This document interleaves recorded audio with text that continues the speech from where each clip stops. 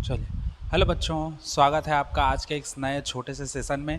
आज इस छोटे से सेशन में हम लोग बात करेंगे नई शिक्षा नीति के तहत किन किन मुद्दों पर हमको चर्चा करना है और बच्चों को ये गाइडेंस देना है, आप सभी बच्चों को, बोर्ड वाले कक्षा 10वीं 12वीं लोग को, कि किस किस हिसाब से आपको पेपर की तैयारी करनी है। नई शिक्षा नीति के तहत क्या क्या चीज़ों में बड़ी बदलाव हुई हैं। पेपर जो 2 बार होगा हम लोग का इस सत्र 25 में, वो किस तरीके से होगा, किस तरीके से आपके मार्क्स आएंगे, किस तरीके से आपको तैयारी करना है, क्या सेमेस्टर वाइज पेपर होगा, इन सभी चीज़ों के बारे में आज हम लोग खंडन करेंगे और इन सभी चीज़ों के बारे में बात करेंगे। वैसे तो राजपत्र अधिकारित घोषित हो गया है ना। परीक्षा मंडल माध्यमिक शिक्षा मंडल रायपुर से एक राजपत्र प्रकाशित होता है जो आप लोग का 21 जून को प्रकाशित हो गया है। 22 जून को ये वीडियो आने वाली थी, लेकिन कुछ कारणवश मैं बाहर चला गया और इधर उधर एक मीटिंग अटेंड किया, तो जिस कारण से हम लोग का वो जो वीडियो है वो लेट हो गया। तो आज इसकी प्रॉपर वीडियो आप जारी है। आप लोग वीडियो के अंत तक बने रहिए। अच्छा लगे तो दोस्तों के साथ शेयर कीजिए, लाइक कीजिए, चैनल को सब्सक्राइब कीजिए और अन्य बच्चों को ये सब चीज़ पहुंचाइए ताकि वो बच्चे भी आपस में सजग हो जाएं कि किस तरीके से हम लोग को बोर्ड पैटर्न का तैयारी करना है और कैसा करना है। ठीक, पूरा एक एक चीज़ वीडियो के माध्यम से बताएंगे। क्या नई शिक्षा नीति आपके लिए फ़ायदेमंद है या नहीं है, इन सब के बारे में भी आपको पूरा डिटेल बताया जाएगा, है ना। तो स्टार्ट करें। सबसे पहले तो चैनल को सब्सक्राइब कीजिए और वीडियो को लाइक कीजिए, फिर आगे बढ़ते हैं हम लोग। ठीक, चलिए आगे बढ़ते हैं। अब देखिए किन किन चीज़ों पर हम लोग का बात हुआ है ना। सबसे पहले तो ये राजपत्र है ना, जो इंग्लिश में है हालांकि हम लोग का, तो मैं आपको हिंदी में उसको क्लियर समझा दूंगा, है ना। ये इंग्लिश में प्रकाशित हुआ है, राजपत्र है हम लोग का। ये 21 जून 2024 को प्रकाशित हुआ है। 19 जून को इसका डिटेल वगैरह आया था, 21 जून को प्रकाशित हुआ है। अब धीरे धीरे जल्दी ही करके हिंदी में करके सभी स्कूलों में इसको भेजा जाएगा। हो सकता है आज शाम तक चल दे, हो सकता है कल सुबह तक आ जाए, है ना, लेकिन सब जगह प्रकाशित हो जाएगा। बाकी हम इसकी पूरी डिटेल बता देते हैं आपको, क्या क्या इसमें आपको फ़ायदा पड़ रहा है, क्या सेमेस्टर वाइज होगा पेपर या जैसा चलता था वैसे ही होगा। तो देखिए, ये जो पूरा आप लोग का नई शिक्षा नीति है, ये पूरा का पूरा बेस्ड है और फोकस है आप लोग का अवसर परीक्षा में। जो अभी अवसर परीक्षा होता है ना, जैसे पहला आप परीक्षा दिलाएंगे, पहला परीक्षा दिलाने के बाद जो आप लोग का कुछ बच्चे पूरक आ जाते हैं या कुछ बच्चे अनुत्तीर्ण होते हैं या कुछ बच्चे ऐसे होते हैं जिनको एक बार और पेपर दिलाना रहता है श्रेणी सुधार के लिए, तो वो अवसर परीक्षा दिलाते हैं। तो ये जो हम लोग का द्वितीय 2 भाग में जो हो रहा है हम लोग का, है ना, 2 पेपर जो हो रहा है एक वर्ष में, एक शैक्षणिक सत्र में 2 पेपर होगा, ऐसे करके बोला गया है। तो ये जो 2 पेपर होगा, ये संपूर्ण आप लोग का फोकस है पूरा, हाँ, अवसर परीक्षा में पूरा का पूरा फोकस है। अब कैसा कैसा है ये देखिए, मैं बता रहा हूँ। इसमें स्टार्टिंग में ही हम लोग को बोल दिया है कि इसमें पूरक परीक्षा के स्थान पर शीर्ष पूरक परीक्षा या द्वितीय मुख्य परीक्षा को क्या किया जाएगा, प्रतिस्थापित किया जाएगा। मतलब देखिए, सीधी सी बात है, हम लोग का जो पहले बोलता था हमको, क्या बोलता था कि एक बार हम लोग का मेन पेपर होगा, है ना, पहला मुख्य परीक्षा, उसके बाद जो बच्चे श्रेणी सुधार कर रहे हैं या जो बच्चे पूरक आए हैं, जो बच्चे अनुत्तीर्ण हैं, है ना, ऐसे बच्चे अवसर परीक्षा में दिला सकते हैं। तो उन्होंने ज़्यादा कुछ भी चेंज नहीं किया है। उन्होंने क्या किया है, बस हम लोग का जो पूरक परीक्षा है या इसी को अवसर परीक्षा कह सकते हो, है ना, जो सेकेंड चांस मिलता था हम लोग का, अवसर परीक्षा, इसी अवसर परीक्षा का नाम को लोग चेंज करके क्या कर दिए हैं, द्वितीय मुख्य परीक्षा कर दिए हैं। हाँ, बस इसी को थोड़ा सा चेंज किए हैं, द्वितीय मुख्य परीक्षा करके कर दिए हैं। मतलब जो हम लोग का मार्च में पेपर होता है, समझना, मार्च में जो पेपर होता है ये प्रथम मुख्य परीक्षा होगा, जिसको हम लोग फर्स्ट मेन पेपर कह सकते हैं, है ना। उसके बाद जो द्वितीय मुख्य परीक्षा है, अवसर परीक्षा, ये याद रखिए, ये जून के तीसरे हफ्ते में चालू हो जाएगा, है ना। तो ये हो जाएगा जून में, स्टार्ट हो जाएगा जून के 3rd वीक में। 3rd वीक कहने का मतलब क्या है, ये 20 जून से आगे या 20 जून के हम लोग बात कह सकते हैं। ये क्लियर कर दिया है ना, गवर्नमेंट माध्यमिक शिक्षा मंडल इसको क्लियर कर दिया है कि जो अवसर परीक्षा होगा, है ना, वो जून में 20 जून के बाद ही स्टार्ट होगा हम लोग का, है ना। तो इसी जून में जो हम लोग का होना था अवसर परीक्षा, इस अवसर परीक्षा का नाम करके हम लोग का क्या कर दिया है, द्वितीय मुख्य परीक्षा कर दिया है।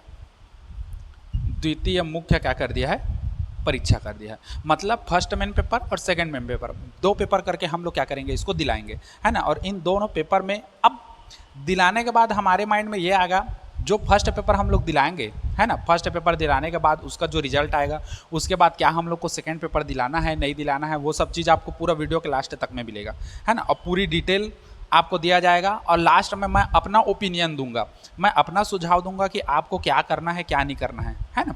तो चलिए, ये तो हो गया हम लोग का फर्स्ट पॉइंट, पूरा सबसे टॉप। इसको मैं छोड़ूंगा फर्स्ट पॉइंट को।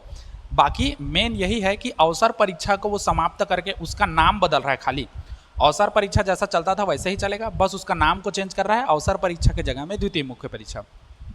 तो जो बच्चे ये सोच रहे थे कि ये सेमेस्टर वाइज होगा, सेमेस्टर वाइज वैसा जैसे कॉलेज में होता है ना, पूरा 100% बुक है ना, तो इसका 50% एक बार में आएगा, फिर 50% दूसरे बार में आएगा, तो 2 बार पेपर हो गया, तो उसको सेमेस्टर वाइज कह रहे थे। ये सेमेस्टर वाइज आप लोग का नहीं होगा, ये होगा first main paper second main paper.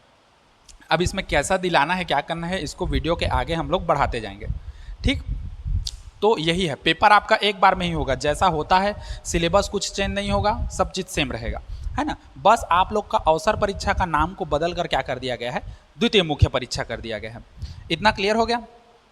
अब उसके बाद हम लोग आगे बढ़ते हैं इसी में, ठीक। अब फर्स्ट चीज़ हम लोग को क्या बोलता है देखते जाइए, है ना। फर्स्ट चीज़ हम लोग को कह रहा है इसमें कि देखिए, ये तो इंग्लिश में प्रकाशित है, मैं हिंदी में बता दे रहा हूँ। इसमें बोल रहा है छत्तीसगढ़ माध्यमिक शिक्षा मंडल हाई स्कूल 10वीं और 12वीं में परीक्षा जो है एक शैक्षणिक सत्र में 2 बार आयोजित की जाएगी। पहली परीक्षा को पहली मुख्य परीक्षा और दूसरी परीक्षा को दूसरी मुख्य परीक्षा करके क्या किया जाएगा, संबोधित किया जाएगा, मतलब बोला जाएगा। वही मैं बोला, अवसर परीक्षा को ही हम लोग का क्या बोलेगा, द्वितीय मुख्य परीक्षा बोलेगा, है ना। मतलब नाम को बदल रहे हैं बस, और कुछ नहीं खेला लीला है, सब वही है। उसके बाद सेकंड क्या कहता है देखिए, हालांकि 15-17 टॉपिक में बात हुआ है, तो हम लोग का जो मेन है हम उसी के बारे में बात करेंगे। अब क्या कहता है देखो, द्वितीय मुख्य परीक्षा में शामिल होने के लिए आवेदन पत्र भरना अनिवार्य है तथा केवल वही छात्र आवेदन भर सकेंगे जो प्रथम परीक्षा में पंजीकृत हैं, है ना। तथा उन्हें ऑनलाइन परीक्षा आवेदन पत्र भरना होगा उसी संस्था से जिसमें प्रथम मुख्य परीक्षा के लिए आवेदन क्या किया गया है, भरा है। मतलब जो फर्स्ट पेपर दिलाए हैं वही हम लोग का सेकंड पेपर को ही भी दिला सकते हैं, सेकंड मेन पेपर को, है ना, द्वितीय मुख्य परीक्षा को। फर्स्ट परीक्षा जिन लोग दिला रहेंगे उसी को सेकेंड परीक्षा वाले भी दिला सकते हैं, है ना, सेकेंड बार जो दिलाना चाहेंगे। तो ये एडवांटेज है आप लोग के पास, ठीक। अगला क्या बोलता है, द्वितीय मुख्य परीक्षा हेतु आवेदन पत्र भरने हेतु माध्यमिक शिक्षा मंडल द्वारा पृथक से तिथि निर्धारित की जाएगी। मतलब अलग से डेट उसका अनाउंसमेंट होगा, जहां जाकर के आप सेकेंड बार वाला जो मेन पेपर है उसको दिला सकते हैं। अब इसमें देखिए, अवसर परीक्षा का भी वही है आप लोग का, जैसे अभी जो हो रहा है, अभी हम लोग का निकला है 21 जून से लेकर के 21 जून तक डाल सकते हैं, और विलम्ब वसूल करके उसको और आगे बढ़ाया गया है ना, जुलाई अगस्त तक ऐसे करके। तो ये क्या है, हम लोग का सेम है, अवसर परीक्षा है जैसे ही, बस उसका नाम को बदल कर द्वितीय मुख्य परीक्षा कर दिया। लेकिन इसमें कुछ नई चीज़ें भी जोड़ी गई है ना, जो विद्यार्थियों के लिए बहुत फायदा होगा। मैं तो कहता हूँ दोनों पेपर को दिलाओ, फर्स्ट को भी दिलाओ, सेकंड को भी दिलाओ, फायदे में रहोगे, है ना। आप कैसे कैसे फायदे में रहोगे उसी को आगे पढ़ेंगे। आगे क्या कहता है देखिए हम लोग का, जिन अभ्यर्थियों का प्रथम मुख्य परीक्षा का परिणाम पूरक श्रेणी में आया है, मतलब सप्ली आया है, उन अभ्यर्थियों को पूरक में दिए गए सभी विषय में आवेदन करना क्या है, अनिवार्य है। तथा अभ्यर्थी अन्य विषय में अंक सुधार के लिए भी क्या कर सकते हैं, आवेदन कर सकते हैं। मतलब जैसे 10वीं 12वीं है ना, 10वीं में तो हम लोग का 6 पेपर होता है, 12वीं में 5 पेपर होता है। अब देखो, जहां हम लोग बात करें 10th की और 12th की, है ना, बोर्ड का ही है, ये पूरा बोर्ड के लिए है, ठीक। तो मैं अगर बता के चलता हूं, आप सब विषय में पास हो गए, 10वीं हो चाहे 12वीं हो, आप सब विषय में पास हो गए। मान के चलिए आप हिंदी में अटक गए, हिंदी एक ऐसा सब्जेक्ट है जिसमें आप सप्ली आ गए, तो सप्ली के लिए आप फॉर्म भरेंगे, तो वो सेकंड पेपर में आप बैठेंगे द्वितीय मुख्य परीक्षा में, है ना। जैसे अवसर में बैठते हैं वैसे सेकंड में बैठ के उसको दिलाएंगे। और साथ ही साथ अगर आप चाहें श्रेणी सुधार करना, तो आप श्रेणी सुधार करने के लिए इसके अलावा जिन सब्जेक्ट में आपके नंबर कम आए हैं उसको भी भर सकते हैं। या तो सभी को भरिए, या जिसमें कम आया है उसको भरिए। सप्ली वाला तो भरेंगे हिंदी, जैसे मान लीजिए दोनों में हिंदी रहता है। अब अंग्रेजी में मान के चलिए आपका नंबर कम आ गया, है ना, मान के चलिए आपका 50 नंबर आ गया, 40 नंबर आ गया, तो आप चाहें तो श्रेणी सुधार के लिए उसको भी डाल सकते हैं। तो वो सेकंड मेन पेपर में आप जाकर के उसमें बैठेंगे। क्लियर हो गया इतना चीज़। अब देखिए आगे क्या कहता है, पांचवा पॉइंट हम लोग का जो कह रहा है, पांचवा पॉइंट हम लोग का क्या कहता है, जो अभ्यर्थी पहली मुख्य परीक्षा में असफल हो गए हैं या अनुपस्थित रहे हैं, वे दूसरी मुख्य परीक्षा के लिए क्या कर सकते हैं, आवेदन कर सकते हैं। ऐसी स्थिति में उनके लिए सभी अनुपस्थित या अनुत्तीर्ण विषय में आवेदन करना अनिवार्य है और अभ्यर्थी अन्य विषय में अंकों के सुधार के लिए भी आवेदन कर सकता है। अब देखिए, इसमें बात आता है ऐसे बच्चे जो पुअर फैमिली के हैं ना, गरीब बच्चे हैं जिनके माता पिता कमाने वगैरह जाते हैं, तो कभी कभी क्या होता है बच्चे लोग भी कमाने चल देते हैं, है ना। अब घर में नहीं रखेंगे, किसी की परिस्थिति अलग होती है और कुछ, तो घर में नहीं रख पाते हैं। ऐसे कंडीशन में बच्चा भी अपने पेरेंट्स के साथ, अपने माता पिता के साथ बाहर कमाने चल देता है। उस कंडीशन में मान के चलिए वो बोर्ड का पेपर नहीं दिलाया। अब बोर्ड का पेपर जो मार्च में होना था हम लोग का, देखिए मार्च में मैं पहले से बताया हूँ, फर्स्ट जो पेपर है मार्च में होगा, सेकेंड हम लोग का होगा जून में, 20 जून के बाद, है ना, सेकेंड मेन पेपर। ठीक, तो मान के चलिए मार्च में जो पेपर होना है 1 या 2 मार्च से स्टार्ट होता है, उस पेपर को मान लीजिए जो बच्चा बाहर गया है वो अटेंड नहीं कर पाया, तो उसके लिए एक एडवांटेज रहेगा कि वो आ जाए और उसके बाद 20 जून को वो 20 जून के बाद जो सेकेंड पेपर होना है, सेकेंड मेन पेपर, द्वितीय मुख्य परीक्षा, उसमें वो ला करके अपना निकाल सकता है। या कभी कभी कुछ बच्चों का ऐसा भी होता है, जैसे फर्स्ट पेपर में हम लोग का 4 विषय को बच्चा दिलाया, 5वां विषय नहीं दिला पाया, है ना, 5वां 6वां या 1-2 विषय में वो अनुपस्थित रहा, तो वो भी हम लोग का क्या कर सकता है, 20 जून को पेपर वो दिला सकता है, 20 जून के बाद जो हम लोग का होगा। क्लियर है इतना चीज़। अब देखो 5वें पॉइंट के बाद हम लोग चलते हैं 6वें पॉइंट में, है ना। 6वां पॉइंट हम लोग को क्या कहता है, देखो यदि अभ्यर्थी का परिणाम, है ना, परीक्षा का जो परिणाम है वो प्रथम मुख्य परीक्षा में उत्तीर्ण है और वह अपने अंकों से संतुष्ट नहीं है ना, तो वह अंकों में सुधार के लिए परीक्षा आवेदन भर सकता है। द्वितीय मुख्य परीक्षा में यह आवश्यक नहीं है कि अभ्यर्थी सभी उत्तीर्ण विषय में आवेदन करे। अभ्यर्थी अपनी इच्छा अनुसार एक उत्तीर्ण विषय या 2 उत्तीर्ण विषय या अधिक उत्तीर्ण विषय में आवेदन कर सकता है। परिणाम उस विषय या विषयों में बढ़े हुए अंकों को ध्यान में रख कर तैयार किया जाएगा, जिससे उम्मीदवार दूसरी मुख्य परीक्षा में अपने अंकों में सुधार करता है या अन्य विषय में पहली मुख्य परीक्षा में प्राप्त अंकों को क्या करता है, ध्यान रखता है ना। जैसे मान लीजिए आप सफल भी हो गए, आप अनुपस्थित भी नहीं हैं, आपने पेपर दिलाया, आप अच्छा है, मान लीजिए से जो भी है, फर्स्ट डिवीजन आया, सेकंड डिवीजन आया, थर्ड डिवीजन आया, जो भी आया, आप पूरा का पूरा पास हो गए हैं। अब मान लीजिए आप अपने अंकों से संतुष्ट नहीं हैं, आपको लगता है कि मेरा इसमें अच्छा नंबर आ गया है लेकिन हिंदी में कम आया या अंग्रेजी में कम आया, तो आप उस कंडीशन में क्या कर सकते हैं, सेकंड पेपर के लिए आप लोग अप्लाई कर सकते हैं और सेकंड मेन पेपर के लिए भी आप लोग क्या कर सकते हैं, उसमें बैठ सकते हैं फॉर्म भर के, है ना। लेकिन ये तभी होगा जब आप फर्स्ट के लिए फॉर्म भर रहेंगे और फर्स्ट में बैठेंगे, या बैठ नहीं पा रहे हैं तब का लगे। फर्स्ट का फॉर्म भराना जरूरी है, तो फॉर्म तो सबका भरा जाता है ना जनवरी फरवरी में, तो इसलिए 20 जून को हम लोग का सेकंड पेपर में आप लोग बैठ सकते हैं आराम से। ठीक, उसके बाद क्या कहता है, देखो 7वां पॉइंट हम लोग का, या उसी में देख लो, और है यदि अभ्यर्थी द्वितीय मुख्य परीक्षा के विषय या विषय व अंकों में सुधार नहीं कर पाता, तो उस स्थिति में अभ्यर्थी के प्रथम मुख्य परीक्षा के अंक ही मान्य किए जाएंगे तथा उसे दोबारा अंक तालिका जारी नहीं किया जाएगा। अब ये सबसे बड़ा पॉइंट है आपके लिए और सबसे बड़ा एडवांटेज है। अब देखिए कैसे कैसे बड़ा पॉइंट है और बड़ा एडवांटेज है, उसको मैं एक लाइन में, एक शब्द में आपको क्या कर रहा हूँ, क्लियर कर रहा हूँ। देखिए क्या कह रहा है इसी 6वां पॉइंट के अंतर्गत, है ना। आपने मान लीजिए फर्स्ट पेपर दिलाया, है ना, फर्स्ट पेपर में मान के चलिए आपका हिंदी में अंक जो आया है, ये मान के चलिए आप लोग का हिंदी में 50 अंक आया है। ठीक, अब 50 अंक आया है, आपको क्या कर रहा है, मन नहीं आया, या आपको लग रहा है कि मेरा इसमें अंक कम है, तो आपको लगेगा कि मैं इसको अच्छे से अंक लाऊं, है ना, इसमें अपना बेहतर अंक लाऊं, तो आप क्या करेंगे, हाँ सेकंड मेन पेपर के लिए तैयारी करेंगे। अब सेकंड मेन पेपर के लिए तैयारी करेंगे, मान लीजिए सेकंड बार जो पेपर दिला रहे हैं वही अवसर परीक्षा है, द्वितीय मुख्य परीक्षा, सेकंड बार में आप पेपर ला रहे हैं। अब मान के चलिए 50 से आपका बढ़ के आ जाता है 70 अंक, तो आपका ये वाला मान्य होगा 70 अंक वाला, और इसको ध्यान में रखते हुए आपका नया रिजल्ट जारी होगा। ठीक, दूसरी चीज, मान के चलिए, देखो 2 कंडीशन हो सकता है, मान के चलिए आप हिंदी में लाए हैं 50 नंबर, आप उसको सेकेंड मेन पेपर में इस नंबर को आप बढ़ाना चाहते हैं एक बार और दिला करके। अब मान लीजिए एक बार और दिलाए, आपका नंबर नहीं बढ़ा, उल्टा कम हो गया, मान के चलिए 50 आप पिछले बार लाए थे फर्स्ट पेपर में, मतलब जो मार्च में होता है हम लोग का मेन पेपर उसमें, और दूसरी बार इसको अंकों को वृद्धि करने के लिए आप सेकेंड बार और पेपर दिलाते हैं, तो उसमें मान के चलिए आपका 50 से घट के 40 आ गया, तो क्या करेगा, ये इसी को मान्य करेगा। मतलब आपका अंक ज़्यादा आए या कम आए उससे मतलब नहीं है, फर्स्ट सेकंड में जो वाला अच्छा रहेगा उसी को वो पकड़ेगा, सीधी सी बात है। क्लियर है? तो ये एडवांटेज आप लोग के लिए है, इसीलिए मैं बोल रहा था आप लोग के लिए ये अच्छा चीज़ है कि आप लोग का 2 बार पेपर हो रहा है, मार्च में भी दिलाइए आप लोग और 20 जून के बाद भी दिलाइए, मैं तो कहता हूँ, है ना, ताकि कुछ कमी बेसी कम हो जाए, तो वो आपका सेकेंड पेपर आपका कवर कर देगा। नहीं दिलाने से अच्छा एक बार दिला लीजिए, ठीक।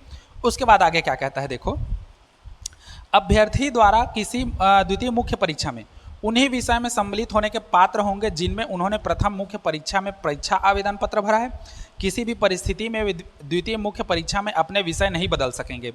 यहाँ यह भी उल्लेखनीय है कि यदि अभ्यर्थी ने पहली मुख्य परीक्षा में कोई अतिरिक्त विषय लिया है तो वह उस विषय को अतिरिक्त विषय के रूप में भी दूसरी मुख्य परीक्षा में क्या कर सकते हैं, शामिल कर सकते हैं। अब ये जो 7वां पॉइंट है, 7वां पॉइंट, ये सबसे अच्छा चीज़ किया है माध्यमिक शिक्षा मंडल ने। ये इसका सबसे बड़ा फायदा किसको होगा बताऊं, जो एडिशनल लेते हैं, एक्स्ट्रा सब्जेक्ट, जैसे जो बायो वाले फील्ड के बच्चे हैं वो मैथ्स को एक्स्ट्रा लेते हैं, जो मैथ्स वाले फील्ड के रहते हैं वो बायो के एक्स्ट्रा लेते हैं, मतलब उसका फील्ड खोलने के लिए मैथ्स और बायो का। तो क्या होता था पहले, मेन पेपर जो हम लोग दिलाते थे, मेन पेपर में मान लीजिए आप लोग बायो का दिलाए हैं, मैथ्स वाले स्टूडेंट हैं, एडिशनल बायो लिए हैं, बायो का दिलाए, फेल हो गए, है ना, तो उसका फील्ड नहीं खुल पाता था। या अगर आप बायो लिए हैं, मैथ्स का बायो सब्जेक्ट आप लोग का है, बच्चे लोग मैथ्स को एडिशनल लिए हैं और मैथ्स का पेपर दिलाया और मैथ्स में आप फेल हो गए मान के चलिए, है ना, या नहीं आया आपका अंक असफल हो गए, तो उस कंडीशन में वहाँ पर आपका मैथ्स का फील्ड नहीं खुल पाता था। यहाँ पर एक एडवांटेज ये दिया है कि अगर आप लोग जो एडिशनल सब्जेक्ट लिए हैं, चाहे आप बायो लें या चाहे आप लोग क्या लें, मैथ्स लें, बायो मैथ्स कोई सा भी आप लोग अगर एडिशनल चीज़ लेते हैं, अब मान लीजिए उस एडिशनल चीज़ में आप लोग अगर फेल हो गए, है ना, सपोज अगर मान के चलिए अगर आप लोग असफल हो गए, तो आपके लिए ये एडवांटेज है कि आप जो सेकेंड मेन पेपर है, इस सेकेंड मेन पेपर में बैठकर ये जो अतिरिक्त विषय जो आप लिए हैं, इस अतिरिक्त विषय को भी दिलाकर आप लोग निकाल सकते हैं। मतलब अतिरिक्त विषय के लिए भी आपको 2 बार चांस मिलता है। तो मैं तो कहता हूँ सभी बच्चों को सभी बच्चों को 12th में ना एडिशनल लेना चाहिए, है ना, और फील्ड खोल के रख देना चाहिए। भविष्य का कोई ठिकाना नहीं है, ना लेके पछताएंगे, उससे अच्छा लेके पछताएं। और ज़्यादा पढ़ना नहीं है, केवल पास होना है, हमको केवल फील्ड खोलना है ना, कि अगर मैथ्स वाले हैं तो हम लोग बायो का फील्ड खोल के रखें, मान लीजिए कुछ कारणवश हमको उधर जाना है तो जा सकते हैं। बायो वाले मैथ्स का फील्ड खोल के रखें, बाई चांस हमको कभी जाना है तो जा सकते हैं। तो ये एडवांटेज आप लोग के पास है, अच्छी चीज़ें जो आप लोग इसमें कर सकते हैं, ठीक। अगली पॉइंट में हम लोग बात करें 8वें पॉइंट में, है ना, 8वां पॉइंट क्या कहता है, द्वितीय मुख्य परीक्षा में अभ्यर्थियों का रिजल्ट तैयार करते समय पहली मुख्य परीक्षा में प्रैक्टिकल और प्रोजेक्ट में प्राप्त अंकों को दूसरी परीक्षा के लिए ही भी मान्य किया जाएगा। लेकिन यदि कोई अभ्यर्थी प्रैक्टिकल में शामिल नहीं हो पाता और प्रोजेक्ट परीक्षा में उत्तीर्ण होते हैं या पहली मुख्य परीक्षा में असफल हो जाते हैं, तो ऐसे अभ्यर्थी दूसरी मुख्य परीक्षा में प्रैक्टिकल और प्रोजेक्ट परीक्षा में शामिल होने के क्या होंगे, पात्र होंगे। मतलब सीधी सी बात कहने का क्या हो रहा है, जो हम लोग जनवरी के 10 जनवरी से लेकर के 31 जनवरी, है ना, प्रैक्टिकल का डेट है हम लोग का 10 जनवरी से कहाँ तक का, 10 जनवरी से 31 जनवरी, ये तो प्रैक्टिकल का हम लोग का डेट है। अब प्रैक्टिकल के डेट में होता क्या है हम लोग का कि ये प्रैक्टिकल होता है। अब मान के चलिए कोई बच्चा बाहर गया है कमाने खाने, है ना, अपनी घर की परिस्थिति देख के, अब वो आ नहीं पाया। हालांकि एक चीज़ अच्छा है, पता नहीं बोलना चाहिए कि नहीं, टीचर लोग कोई बच्चा, हालांकि सब बच्चे आ जाते हैं, जाने न जाने निपट जाते हैं, कई बच्चे लेट में आते हैं, तब भी टीचर लोग का व्यवहार इतना रहता है कि उसकी स्थिति देख करके उसको आगे बढ़ा दिया जाता है ना। तो अगर मान के चलिए ऐसा नहीं होता है, जो बच्चे बाहर चले गए और उन बच्चों का जो प्रैक्टिकल है वो नहीं हो पाया, अनुपस्थित हो गए, तो ऐसे बच्चे भी सेकेंड वाला जो राउंड होगा, सेकेंड राउंड में जो हम लोग का पेपर होगा, उसमें उन लोग अलग से प्रैक्टिकल दिलाएंगे। कहने का मतलब समझ रहे हैं। जैसे मान लीजिए ये जो 10 जनवरी से 31 जनवरी के बीच में जो पेपर होना था प्रैक्टिकल, आप लोग का प्रैक्टिकल नंबर आप लोगों ने अटेंड किया, पेपर दिलाया, है ना, वाइवा वगैरह दिया, प्रैक्टिकल नंबर आपको मिल गया। तो पहले जो पेपर है उसके लिए जो आपको जिन जिन सब्जेक्ट में जो जो विषय मिला रहेगा, वो सब्जेक्ट का जो नंबर है वो आपका सेकेंड के लिए भी मान्य होगा। हाँ, जैसे मान के चलिए आपको फिजिक्स में 30 नंबर में मान के चलिए 25 नंबर मिला है प्रैक्टिकल। अब फर्स्ट में आप लोग पेपर दिलाए मार्च में, अब मान लीजिए फिजिक्स में आपका नंबर कम आ गया, अब आप क्या कर रहे हैं, सेकेंड बार पेपर दिला रहे हैं, द्वितीय मुख्य परीक्षा जो जून में होना। द्वितीय बार जो मुख्य परीक्षा दिला रहे हैं उसमें भी आप लोग का भौतिक का जो प्रायोगिक परीक्षा का जो अंक रहेगा वो 25 का 25 ही रहेगा, आपको एक्स्ट्रा और नहीं मिलेगा, ना तो एक्स्ट्रा आपका उसका पेपर होगा। हाँ, अगर पहले बार में आप अगर प्रैक्टिकल नहीं दिला पाए हैं या अनुपस्थित हैं या कुछ कारणवश आपका परीक्षा फर्स्ट वाले में आपका नहीं हो पाया, तो आप सेकेंड में फिर इसको दिला सकते हैं। सेकेंड के लिए आपका अलग से प्रैक्टिकल होगा, ये आपका एडवांटेज है। हालांकि सबके सब बच्चे निकल जाते हैं, आप 0.001% भी मत मानिए कि कोई बच्चा फर्स्ट में उसको टीचर उसको रोक के रखता है ना, उसको निकाल ही देते हैं। सब अपना परिस्थिति समझते हैं, ठीक। उसके बाद देखिए आगे क्या कहता है। द्वितीय मुख्य परीक्षा में भी वही ग्रेस मार्किंग नीति मान्य होगी जो पहली मुख्य परीक्षा में मान्य है। मतलब ग्रेस का जो सिस्टम है वो चाहे फर्स्ट पेपर हो, फर्स्ट मेन पेपर हो या सेकंड मेन पेपर हो, पहली मुख्य परीक्षा या द्वितीय मुख्य परीक्षा जो भी हो, दोनों के लिए ग्रेस का जो सिस्टम है, ग्रेस मतलब कृपांक जो हम लोग देते हैं टीचर लोग, उनके लिए भी वही चीज़ हम लोग का क्या होगा, मान्य होगा। ठीक, मान के चलिए फर्स्ट में आप लोग का ग्रेस लग के आप पास हुए हैं, सेकेंड बार में आप उसको फिर दिला रहे हैं कि ताकि मेरा नंबर अच्छा आ जाए। सेकेंड बार में भी आप लोग का नहीं आया, सेकेंड बार भी ग्रेस लग गया, तो ग्रेस का जो सिस्टम है दोनों के लिए एक जैसा होगा, है ना, जो कृपांक हम लोग का मिलता है उसके बारे में। ठीक, ये तो था 9वां पॉइंट। अब 10वां पॉइंट के बारे में हम लोग बात करते हैं। 10वां पॉइंट क्या कहता है, यदि अभ्यर्थी पहली मुख्य परीक्षा में बोनस अंक के लिए प्राप्त है तो वह दूसरी परीक्षा में भी बोनस अंक के लिए पात्र होगा, लेकिन बोनस अंक दोहराया नहीं जाएगा। यानी कि पहली मुख्य परीक्षा में जोड़े गए बोनस अंक को घटाकर परीक्षा जो है वो दूसरी मुख्य परीक्षा में बोनस अंक को क्या किया जाएगा, जोड़ा जाएगा। मतलब कहने का रीज़न क्या है, देखिए मैं उसको क्लियर कर दे रहा हूँ, है ना, नहीं तो फिर बच्चे लोग कंफ्यूज हो जाएंगे। जैसे कोई बच्चा खेल कूद में भाग लेता है तो उसको बोनस मिलता है ना, खेल कूद के कारण या अन्य कुछ क्रियाकलाप के कारण उनको बोनस मिलता है, तो उसका बोनस का सिस्टम कैसा कैसा है उसको बता दे रहा हूँ। मान के चलिए आप लोग का ये फर्स्ट पेपर है ना, शुरू वाला, और ये हम लोग का क्या है, सेकेंड पेपर है। फर्स्ट पेपर जो मार्च में होना है हम लोग का, और सेकेंड पेपर वो जो 20 जून के बाद होगा, है ना, 20 जून के बाद होगा सेकेंड पेपर। जैसे मान के चलते हैं हिंदी है, हिंदी एक हम लोग का ऐसा सब्जेक्ट है जिसके बारे में हम लोग बात करते हैं। हिंदी में मान के चलिए आप लोग का जो अंक आया, मतलब जो मेन पेपर में हम लोग का जो आप लोग पेपर से प्राप्त किए हैं, पेपर में आप लोग का अंक आया, जो आप लोगों ने पेपर दिलाया उसमें मान के चलिए हम लोग का 50 नंबर आ गया, है ना। अब आप खेल कूद में हैं जिसके कारण आपको बोनस अंक मिलता है। मान लीजिए आपको बोनस अंक मिल गया हम लोग का 5 नंबर, तो 50 और 5 कितना हो गया, 55 हो गया। अब आप मान के चलिए इसका श्रेणी सुधार करने जाएंगे, तो श्रेणी सुधार करने जाएंगे तो कैसा होगा, ये जो बोनस अंक आपको मिला है इसको प्रथम पेपर से हटाया जाएगा बोनस अंक को। उसके बाद जो पेपर दिलाएंगे सेकेंड पेपर, उसमें फिर ये बोनस अंक जुड़ेगा, है ना, जितना आपको बोनस अंक मिलता है वो। तो इसी चीज़ को बोल रहा है हम लोग का कि बोनस अंक के लिए जो पात्र हैं उसको दूसरी मुख्य परीक्षा में भी बोनस अंक के लिए पात्र होगा, लेकिन बोनस अंक दोहराया नहीं जाएगा। ऐसा नहीं कि 50 धन 55 हो गया, अगले में आप मान लीजिए 55 ले आए तो बोनस हम लोग को और 5 देंगे। इस 5 को घटाया जाएगा और दूसरे में फिर जोड़ा जाएगा, दोहराया नहीं जाएगा बार बार। इसी चीज़ को ये बोल रहा है ना। अब 11वां पॉइंट क्या कहता है हम लोग का, देखो, प्रथम मुख्य परीक्षा परिणाम के बाद एक अस्थायी मेरिट सूची जारी की जाएगी और पहली मुख्य परीक्षा की पुनर्गणना पुनर्मूल्यांकन के बाद एक स्थायी मेरिट सूची जारी की जाएगी। मतलब जो अभी तक हम लोग का मेरिट लिस्ट निकालते थे ना, ये अब अस्थायी निकलेगा। जैसे हम लोग का रिजल्ट वगैरह निकालते हैं ना, मई में जून में हम लोग का रिजल्ट निकल जाता है बच्चे लोग का, तो रिजल्ट निकालते हैं, फिर कौन टॉप किया कौन सेकंड किया, तो वो जो मेरिट लिस्ट निकलता है, अब वो जो मेरिट लिस्ट निकलेगा वो अस्थायी रूप से होगा। स्थायी मेरिट लिस्ट नहीं होगा, अस्थायी होगा। कहने का मतलब क्या है, कई लोग का ऐसा रहता है कि नंबर ज़्यादा आने का चांस रहता है, लेकिन कुछ कारणवश या टीचर लोग के चेकिंग के कारण नंबर कम आ जाता है, फिर उन लोग रीचेकिंग रिवैल्यूएशन में डालते हैं, है ना, पुनर्गणना पुनर्मूल्यांकन में। तो उस कंडीशन में क्या होता है, बच्चे का नंबर बहुत ज़्यादा बढ़ता है।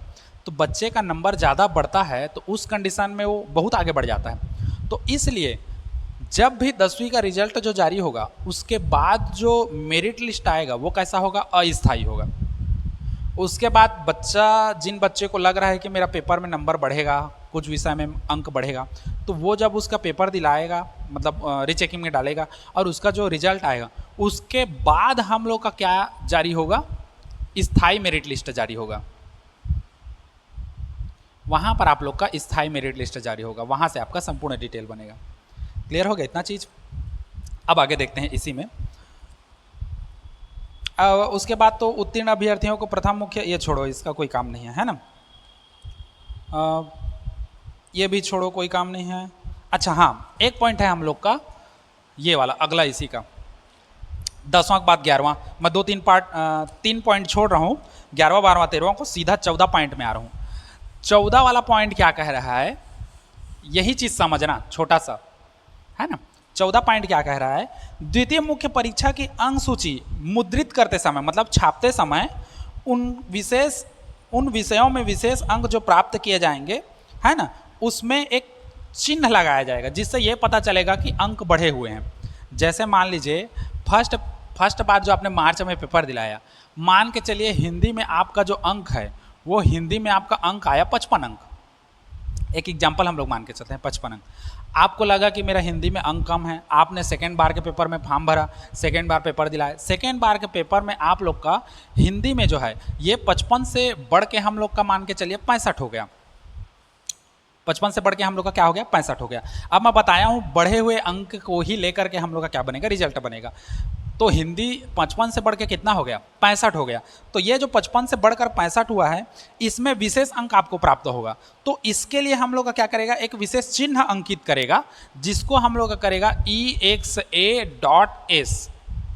ये चीज़ ये डालेगा, जिससे ये पता चलेगा कि इसने सेकेंड बार में पेपर दिलाया है और इसमें अच्छा अंक आया है ना। तो इसके लिए ये विशेष ये चीज़ अंकित किया जाएगा वहाँ पर, है ना। जैसे मान के चलिए आपने अंग्रेजी का पेपर दिलाया, अंग्रेजी का फर्स्ट पेपर है आपका आ गया 60 नंबर। सेकेंड बार अंग्रेजी का पेपर दिलाया, आपने सोचा कि हमारा और अच्छा अंक आना चाहिए, सेकेंड बार पेपर दिलाया, सेकेंड बार में मान लीजिए आपका आ गया 55 अंक, तो यही वाला मान्य होगा और इसमें कुछ भी नहीं लगेगा। लेकिन अगर हिंदी में आपने मान के चलिए कोई भी विषय हो, मैं हिंदी का एग्जांपल एक बता रहा हूँ, इसमें आ गया 55 नंबर, सेकेंड बार पेपर दिलाया, आपका 55 10 नंबर बढ़ गया, 65 आ गया। तो वो 10 नंबर जो बढ़ा है, वो 10 नंबर को ये बताएगा, ये चीज़ आपका आएगा EXA.S, है ना, कोष्टक में रहेगा। इससे ये पता चलेगा कि सेकेंड बार में आपने इसको पेपर दिलाया है और सेकेंड बार में पेपर दिला करके आपने उसमें एक्स्ट्रा नंबर लाया है ना। क्योंकि दो रिजल्ट है तो आप एक साथ रखोगे नहीं, फर्स्ट का रिजल्ट और सेकंड के रिजल्ट तो दोनों का एक साथ लेके थोड़ी जाओगे, जिससे सामने वाले को पता चलेगा कि हाँ सेकंड बार में पेपर दिलाया है तो इसमें इतना नंबर आया। इसीलिए वो रिजल्ट एक ही बनाएगा, बस जिसमें आप ज़्यादा नंबर लाओगे सेकंड वाले में, तो उसमें ये चिन्ह लगाएगा EXA.S। इससे लगाने के बाद ये पता चलेगा कि हाँ, कोई भी देखेगा जान डालेगा कि हाँ सेकेंड बार में इसमें अच्छा नंबर लाया है, इसलिए इसका ये चिन्ह लगा है ना। समझ गए। जैसे वो लगता है ना क्या कहते हैं, 75 से ऊपर लाओगे तो डिस्टेंस लगता है ना, लिखाता है साइड में डिस्टेंस लिखाता है, ग्रेस लगा रहता है तो ग्रेस लिखाता है, बस वैसे ही ये लिखाएगा। मतलब आपने फर्स्ट में उस पेपर में नंबर कम लाया था, सेकेंड बार जब दिलाया तो उस पेपर में उस सब्जेक्ट के पेपर में आपने ज़्यादा अंक लाया, इसलिए यहाँ पर ये चीज़ लगेगा। तो ये आप लोग के लिए अच्छा चीज़ है, ठीक। उसके बाद 14 हम लोग का टॉपिक पहुँच गए हैं, अब कुछ टॉपिक बस बचा है। उसके बाद क्या बोल रहा है, पहली मुख्य परीक्षा के नतीजे घोषित होने के बाद दूसरी जो मुख्य परीक्षा है वो जून के तीसरे सप्ताह में शुरू होगी। देखो मैं बोला था जून के तीसरे सप्ताह में, जून के तीसरे सप्ताह मतलब 7 या 21, मतलब वही 20 जून के बाद ही हम लोग का स्टार्ट होगा पेपर, है ना। ये क्लियर कर दिया है माध्यमिक शिक्षा मंडल। चूँकि पहली मुख्य परीक्षा के रीटोटलिंग और पुनर्मूल्यांकन, है ना, मतलब पुनर्गणना और पुनर्मूल्यांकन के परिणाम दूसरी मुख्य परीक्षा शुरू होने से पहले घोषित नहीं किए जा सकते, इसलिए उम्मीदवारों को पहले मुख्य परीक्षा के पुनर्गणना या पुनर्मूल्यांकन के परीक्षा परिणाम की प्रतीक्षा किए बिना दूसरी मुख्य परीक्षा के लिए आवेदन भरना होगा। यदि प्रथम मुख्य परीक्षा के रीटोटलिंग पुनर्मूल्यांकन के परिणाम के बाद द्वितीय मुख्य परीक्षा प्रारंभ होने के बाद घोषित की जाती है तो अभ्यर्थी किसी भी अभ्यावेदन या शिकायत पर विचार नहीं किया जाएगा।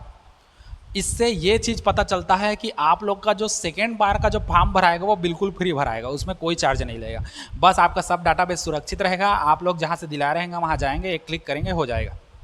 अब समझिए सिस्टम क्या है।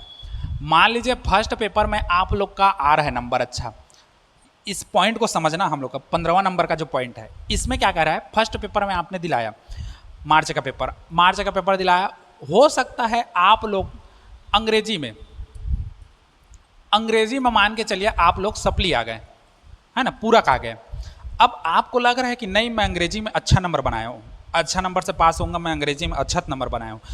अब होगा क्या, आप लोग इस अंग्रेजी को डालोगे आप लोग रीचेकिंग में, मान के चलिए इसको हम लोग डालते हैं किसमें, रीचेकिंग में, है ना। रीचेकिंग में हम लोग डालने के बाद होता क्या है, रीचेकिंग का रिजल्ट आएगा। अब आपके माइंड में ये नहीं रहना चाहिए कि रीचेकिंग का रिजल्ट आएगा उसके बाद हम लोग सेकेंड पेपर के लिए हम लोग भरेंगे फॉर्म को, ऐसा नहीं। रीचेकिंग का रिजल्ट अब सेकेंड जो पेपर होगा उससे पहले आने की संभावना नहीं है, उसके बाद आने की संभावना है। मतलब सेकेंड पेपर का जो फॉर्म भराएगा उसके बाद, है ना, सेकेंड पेपर का जो फॉर्म भराएगा उसके बाद ये रीचेकिंग का रिजल्ट आएगा।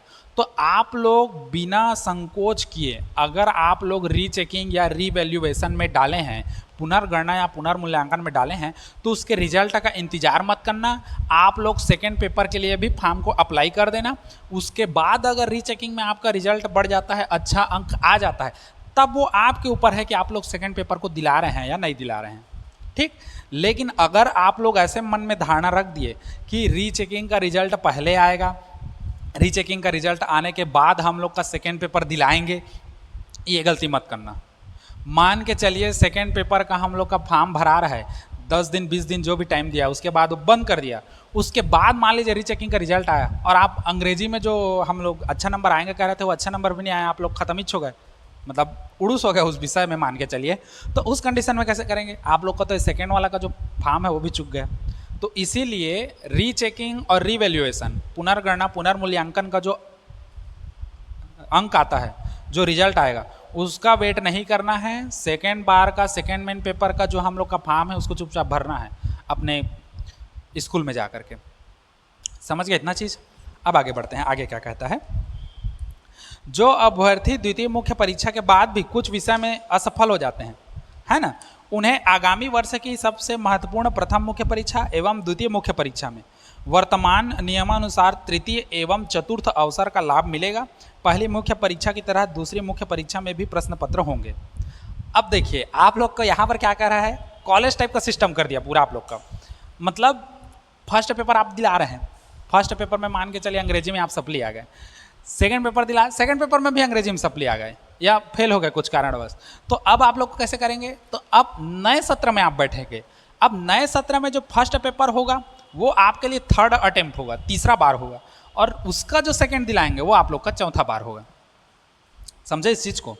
नहीं समझे तो मैं बता दे रहा हूँ, देखो क्लियर कर दे रहा हूँ इस चीज़ को, है ना, क्योंकि क्लियर करना जरूरी है ना। भटक जाओगे तुम लोग तो मेरे को कहोगे सर पूरा नहीं बताए।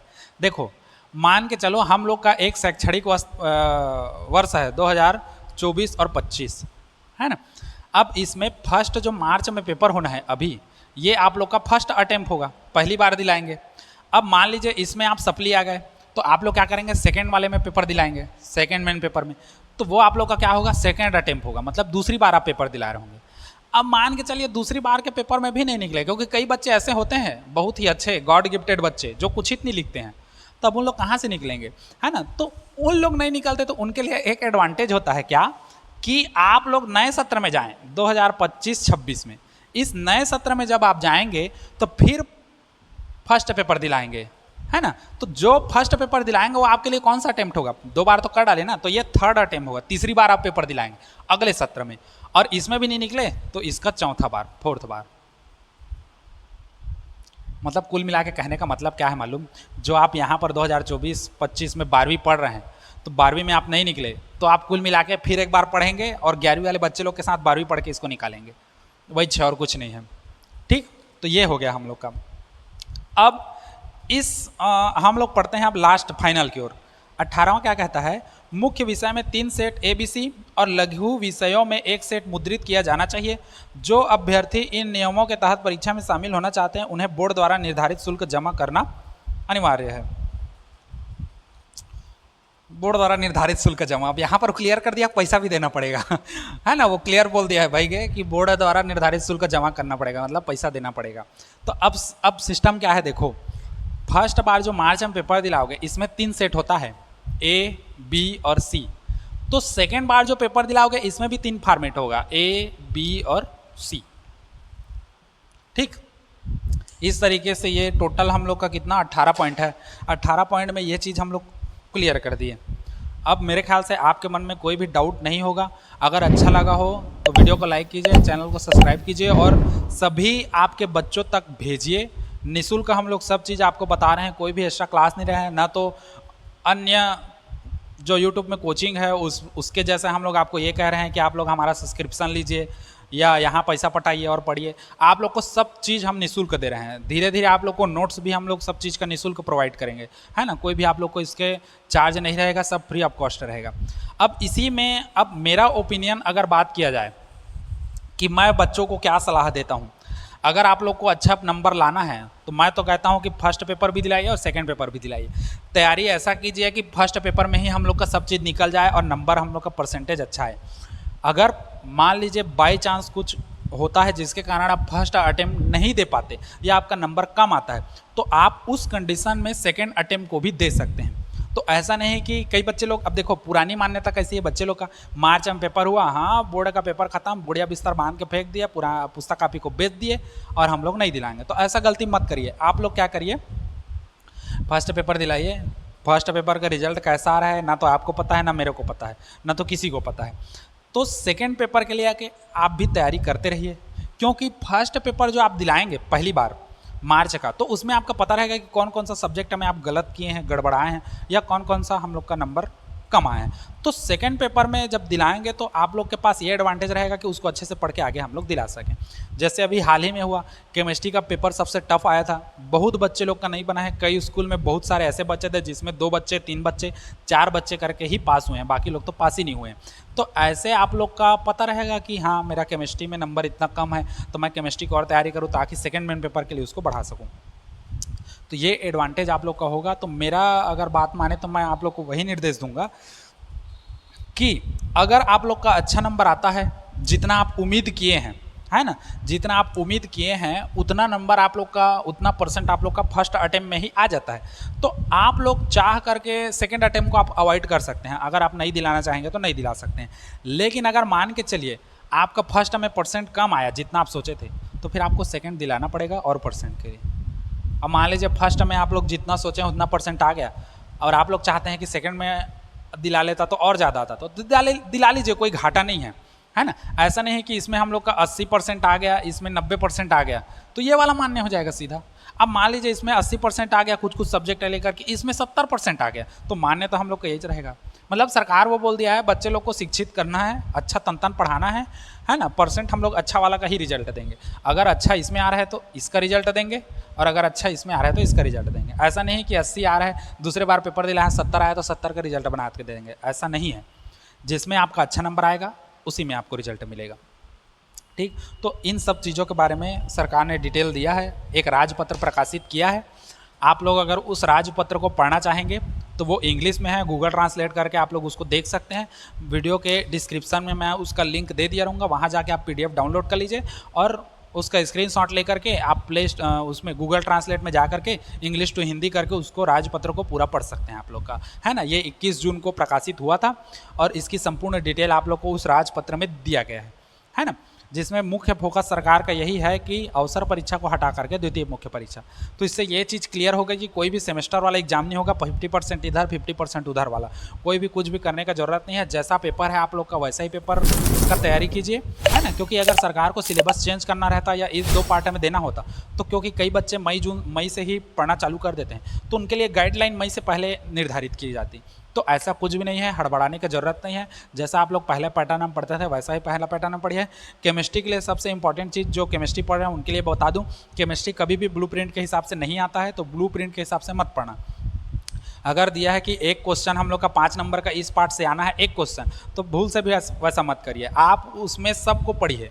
क्योंकि 5 नंबर का एक क्वेश्चन बोलेगा ब्लूप्रिंट में, लेकिन उसको तोड़ देता है, एक नंबर का 5 करके दे देता है।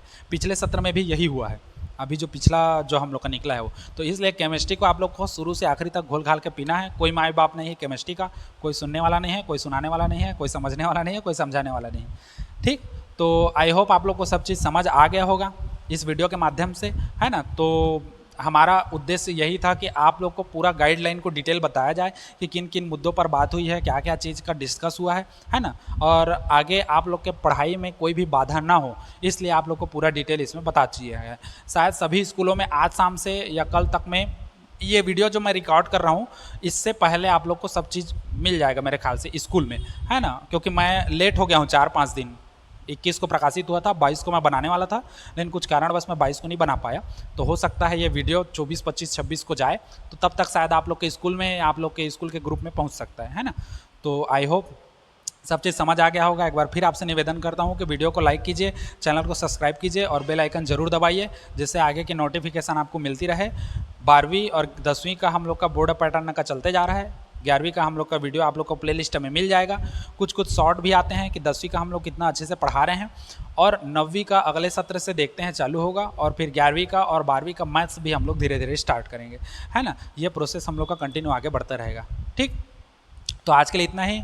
आप लोग को बेस्ट ऑफ लक। आप लोग अभी का पेपर भी अच्छे से दिलाइए, आगे आने वाला जो फर्स्ट पेपर और सेकंड पेपर है उसको भी अच्छे से दिलाइए। हमारी अच्छी शुभकामनाएं आप सबके साथ है। इसी के साथ मैं आपका आशुष देवांगन सर आपसे विदा लेना चाहता हूँ। गुड बाय, टेक केयर, सायोनारा, जय श्री राम।